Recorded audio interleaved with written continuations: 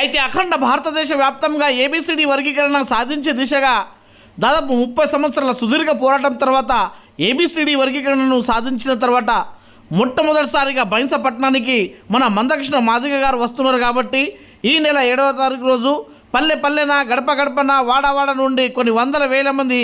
మాదిగ సమాజానికి చెందినటువంటి మన ముద్దు బిడ్డలు సంకన డప్పు వేసుకొని డప్పు సప్పులతో ఇక్కడ ఈ 7వ తారీఖు రోజు మందకృష్ణ మాదిగ గారికి స్వాగతం పలకడానికి రావాలని అక్కడ పిలిపివ్వడం జరిగింది. ఈ కార్యక్రమంలో భాగంగానే ఈరోజు బైంసపట్నంలో ఉమ్మడి ఆదిలాబాద్ జిల్లా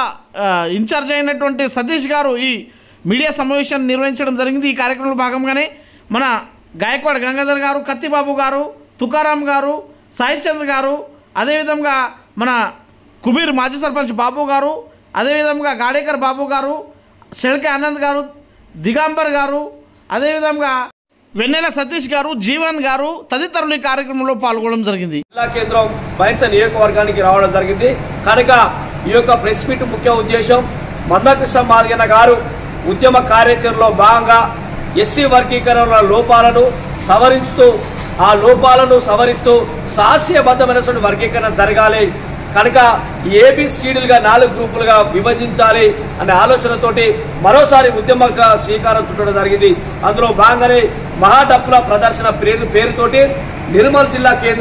జిల్లా మరియు బైంస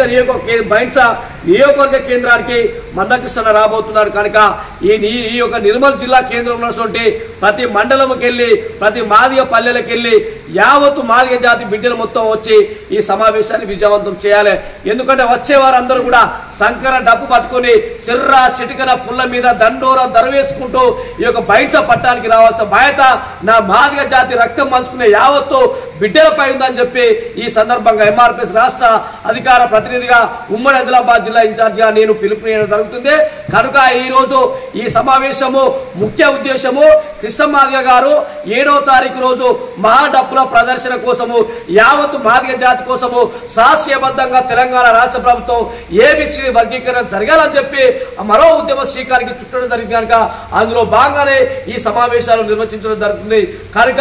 6వ తారీఖు రోజున ఉదయం ఆసిఫాబాదు, సాయంత్రము మంచిర్యాల, ఉదయం మంచిర్యాల, సాయంత్రం ఆసిఫాబాదు, ఆ తర్వాత 7వ తారీఖు ఆదిలాబాదు నిర్మల్కి రాబోతున్నారు కనుక మా కార్యకర్తలంతా కూడా